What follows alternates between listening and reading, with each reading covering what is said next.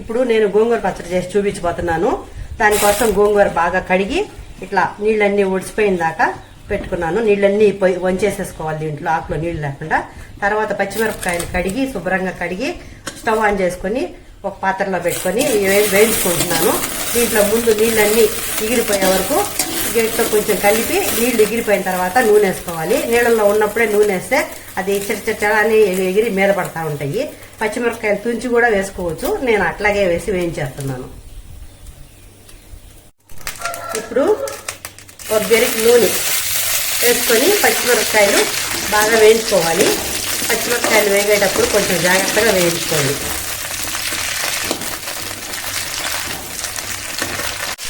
ఇప్పుడు పచ్చిమిర్చి వేగినవి బాగాను, కొంచెం ధనియాలు వేసి ఇవి కూడా వేయించుకోవాలి.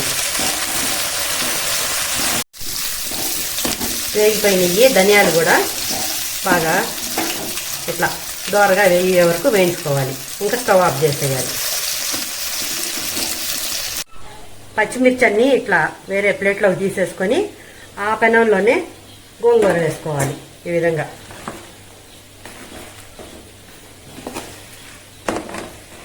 ఆకంతా వేసేసిన తర్వాత తగినన్ని నీళ్లు, ఆకు ఉడకడానికి సరిపోయినన్ని నీళ్లు పోయాలి.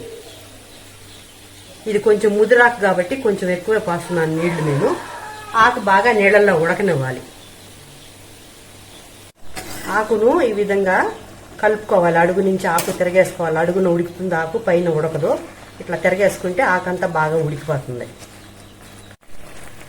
ముందుగా కొంచెం వేరుశనగపప్పు, కప్పు వేరుశనగపప్పు గుళ్ళు వేయించుకొని ఇవి పొట్టు తీసేసి మిక్సీలో వేసి మిక్సీ జార్లో వేసుకుని పౌడర్ చేసి పెట్టుకోవాలి. ఆకు ఈ విధంగా ఉడుకుతుంది. దీన్ని ఇట్లా మధ్య మధ్యలో కలుపుకోవాలి. ఆకులో నీరంతా ఎగిరిపోవచ్చింది. ఇప్పుడు ఒక 2 గరిటెలు నూనె వేసుకోవాలి.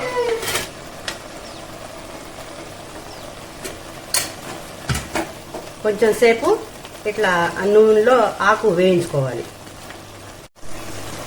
ఇట్లా నూనె వేసిన తర్వాత ఒక 2 నిమిషాలు ఆకు వేయించుకొని ఇంకా స్టవ్ ఆఫ్ చేసేసుకోవాలి. వేయించుకున్న మిరపకాయలు, రుచికి సరిపడగా ఉప్పు, ఒక టీ స్పూను పసుపు వేసి అవి కచ్చాపచ్చాగా దంచుకోవాలి. మెత్తగా దంచితే నల్లి వాసన వస్తుంది కాబట్టి కచ్చాపచ్చా దంచుకుంటే రోట్లో చాలా రుచి బాగుంటుంది. ఇట్లా కచ్చాపచ్చాగా బాగా దంచుకోవాలి. మనం ఉడికించి పెట్టుకున్న గోంగూర వేసుకోవాలి.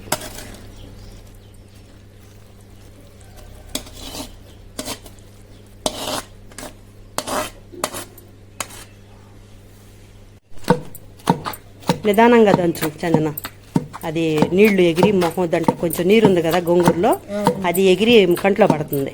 బాగా కలిసేటట్టు 2 పచ్చిమిర్చి గోంగూర 2 కలిసేటట్టు దంచు.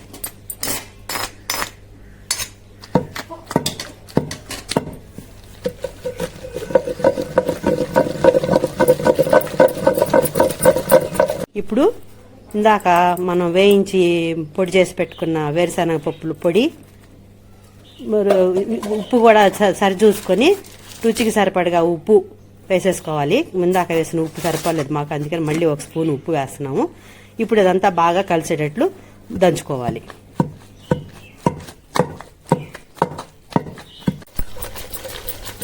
ఈ విధంగా అంతా బాగా పప్పుల పొడి అంతా బాగా కలిసేటట్లుగా దంచుకోవాలి గోంగూర పచ్చడి అంతాను. పచ్చడి గట్టిగా ఉందనుకుంటే కొంచెం నీళ్లు కలుపుకోవచ్చు. గట్టిగా తినాలనుకుంటే ఇట్లాగే ఉంచుకోవచ్చు. ఈ పచ్చడి ఫ్రిడ్జ్ లో పెట్టుకుంటే వారం రోజుల వరకు నిల్వ ఉంటుంది. పచ్చడి అంతా ఇట్లా రోట్లో నుంచి రోడ్ల పైన తీసి పెట్టుకొని దాంట్లో ఉల్లిపాయలు వేసి నలగొట్టుకోవాలి.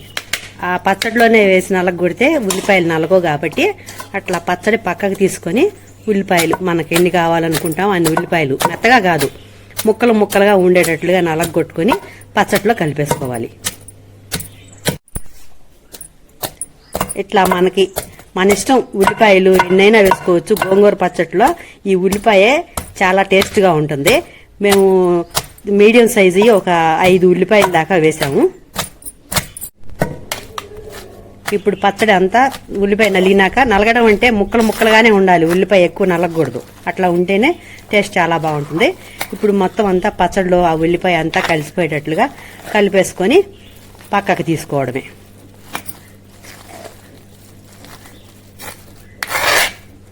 ఈ విధంగా రోట్లో పచ్చడి అంతా పక్కన పాత్రలోకి తీసుకోవాలి. గోంగూర పచ్చడి ఇట్లా ఉంది. చూస్తుంటే తొందరగా అన్నం పెట్టుకొని తినేయాలనిపిస్తుంది. నాకు ఒక పాట కూడా గుర్తొస్తుంది ఈ పచ్చడి చూస్తా ఉంటే. ఆహా ఏమి రుచి తినరా మైమర్చి అని వంకాయ గురించి పాడతారు పాట. అది నన్ను గోంగూర గురించి పాడాలనిపిస్తుంది. వేడి వేడి అన్నంలో ఈ గోంగూర పచ్చడి కొంచెం వేసుకొని నెయ్యి వేసుకొని అన్నం తింటే స్వర్గానికి బెత్తడి దూరంలో ఉన్నట్లుగా అనిపిస్తుంది. మన ఆంధ్రమాత గోంగూర పచ్చడి ఈ విధంగా ఉంది. ఎట్లా ఉందో చూడండి. మీకు నచ్చిందా నేను చేసిన విధానము? ఒక్కొక్కరు ఒక్కొక్క రకంగా చేస్తారు. నా స్టైల్లో నేను ఎలా చేశాను గోంగూర పచ్చడి. మా ఇంట్లో అందరికీ చాలా ఇష్టం ఈ గోంగూర పచ్చడి అంటే. మీకు కూడా నచ్చితే ఒక లైక్ చేయండి. మీరు లైక్ చేయడం వల్ల మా వీడియో చాలా మందికి రీచ్ అవుతుంది. మమ్మల్ని సపోర్ట్ చేసిన వాళ్ళు అవుతారు. సో షేర్ చేయండి, సబ్స్క్రైబ్ చేయండి, కామెంట్ కూడా చేయండి పచ్చడి ఎలా ఉండేది.